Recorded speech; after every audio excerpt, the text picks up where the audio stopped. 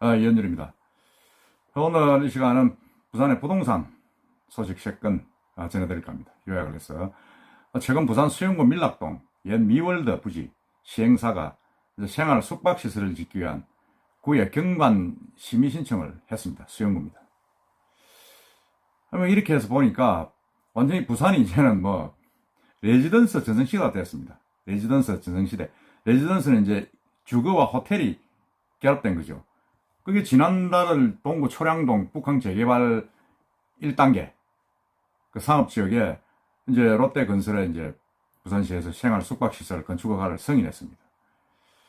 그리고 이제 지난달 말 준공이 완료된 해운대 LCT에서도 이제 생활 숙박시설 561세대입니다만 대부분 이제 입주했고 일부는 또 숙박용으로 위탁 운영을 이제 준비 중이라고 합니다. 그래도 지난해 10월 오시리아 관광단지 동부산 관광단지죠. 거기서 오시리아 스위치 마티에 800실. 이것도 최고 18대 이하의 청약 경쟁률을 보이면서 이것도 이제 레지던스입니다. 기록 보이면서 지금 마감이 됐죠.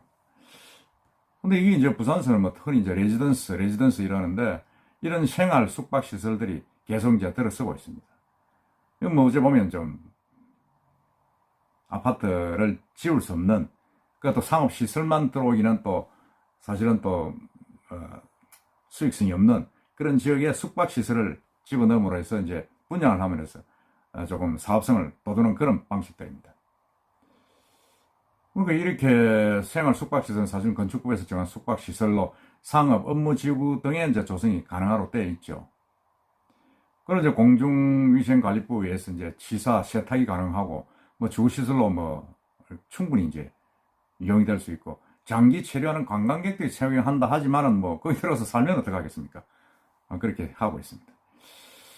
그래서 이런 아파트들이 사실은 부산 지역에서 많이 들어서고 있는데 이렇게 이제 아파트도 아니고 일반 호텔도 아닌 이런 레지던스가 이제 인기를 끄는 이유들이 이제 다주택자 양도세 중과 종합부동산 과세 이런 규제에서 상대적으로 자유롭다는 거죠. 청약 통장도 필요 없고 오피스텔과 달리 전매 제한이 없는 것도 투자들이 끄는 요인입니다.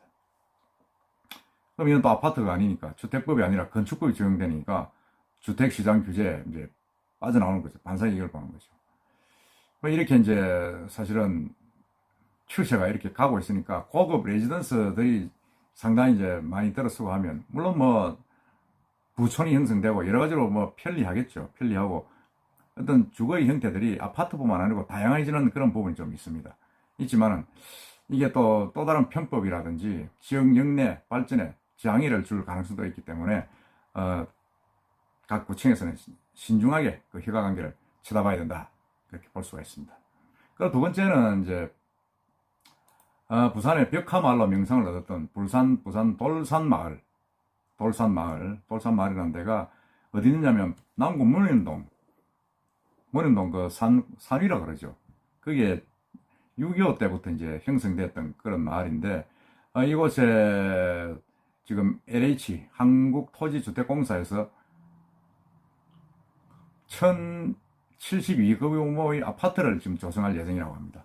이것은 지금 46,000평방미터니까 15,000평 되죠. 15,000평 되는데 여기에 살던 가구 300여 가구가 다 이주하고 현재는 10여 가구 남아있는 걸로 알려지고 있습니다.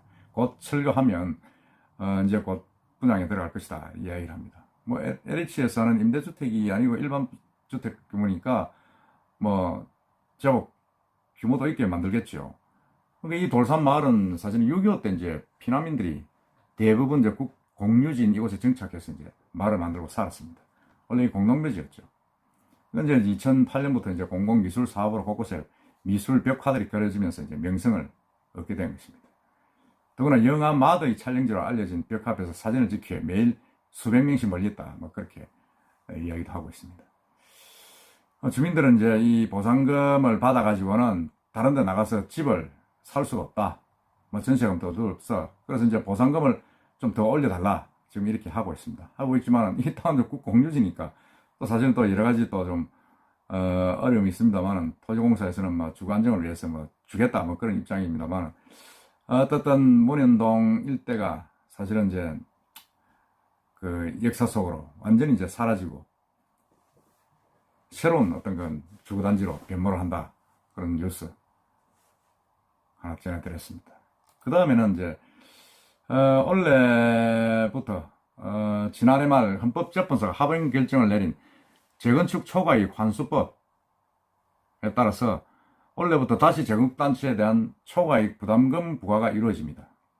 부산 경우에는 2018년 7월 2일 이후 관리처분 인가를 받은 단지가 이제 심산이 되는데, 현재로서는 이제 동네 사직 로얄 맨션이 재건축 부담금 첫 부과 대상이 될 것으로 알려지고 있습니다.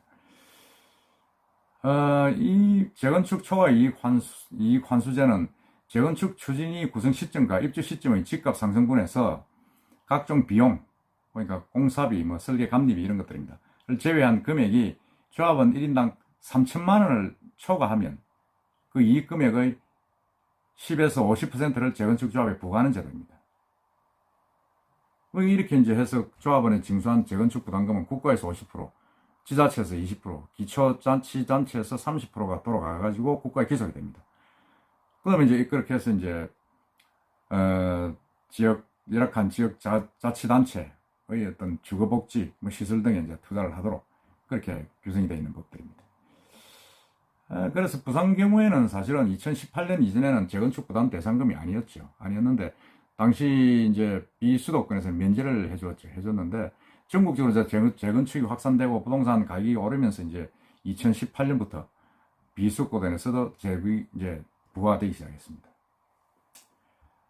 그래서 이 각 구청의 어떤 발표에 따르면 동네 사직 1에서 6구역, 동네 사직 로얄 맨션이죠. 로얄 맨션 2, 3차, 동일, 대건, 유림 2차 아파트, 뭐 등등 이 일대에 있는 아파트들이 지금 다 재건축 부담금 첫 부과 대상이 되고, 그 다음에 남구에서는 오양, 대연, 양지 맨션, 그 다음에 대연 비치, 뭐 이런 것들은 아닌 것으로 지금 나와 있습니다. 그 대연, 양지 맨션, 그럼 대연 비치, 그 다음에 덕천 2구역 시형 아파트, 이 곳은 아니다. 나머지 이제 대연산 반도 보라 아파트, 덕천산 목화, 삼진 아파트 등은 아직 구청에 자료 제출을 안 해서 재건축 심사가 이루어지지 않고 있다. 이 사직 1에서 6구역에 달하는 사직 로얄 맨션은 세대당 170만 원의 재건축 부담금이 이제 나왔고 한 710세대 됩니다. 이건 뭐 사실 뭐 부과할 건 해야죠. 어쩌 하겠습니까? 그래서 지금 가장 관심을 끈 남천 삼익 아파트는 이미 건축 심의를 했기 때문에 6월이나 1년쯤 뒤에는 부담금이 있는지 없는지 뭐 나올 것으로 보입니다. 나올 것으로 보이고, 그 금액은 일단은 뭐 규모가 큰 금액은 수억원까지 나올 수 있습니다만, 그렇지 않은 경우는 좀 적을 수가 있겠죠. 남천 삼익비치 같은 경우는 규모가 크기 때문에 상당히 조금 나오지 않겠느냐 그런 생각이 드는데, 거기가 이제 일반 분양분은 그리 많지 않기 때문에 공사비 고층으로 짓고 하니까 공사비 좀 많이 돌고 하면 부담금이 좀 떨어질 수도 있다, 뭐 그런 예측이 나오고 있습니다. 부산 지역의 부동산은 전매가 제한되고 하면서 상당히 좀 위축된 그런 양상을 보이고 있지만은 또 그 아파트의 어떤 그런 규제를 피해가는 레지던스의 어떤 활성화로 또 다른 또 주택 분양 활성화의 정책은 또 계속될 것이다, 그런 생각이 지울 수가 없고 또 그렇게 될 것으로 보입니다. 부산의 아파트 점점 이 분양 양태가 좀 변해가는 추세를 보이고 있습니다. 여러분들도 높은 관심을 가지고 지켜보시고, 저도 속보가 나오는데도 알려드리겠습니다. 오늘은 가장 핫 이슈가 부산에 레지던스가 많이 들었습니다. 미월대에 레지던스가 들었습니다. 그 이야기입니다. 이상입니다.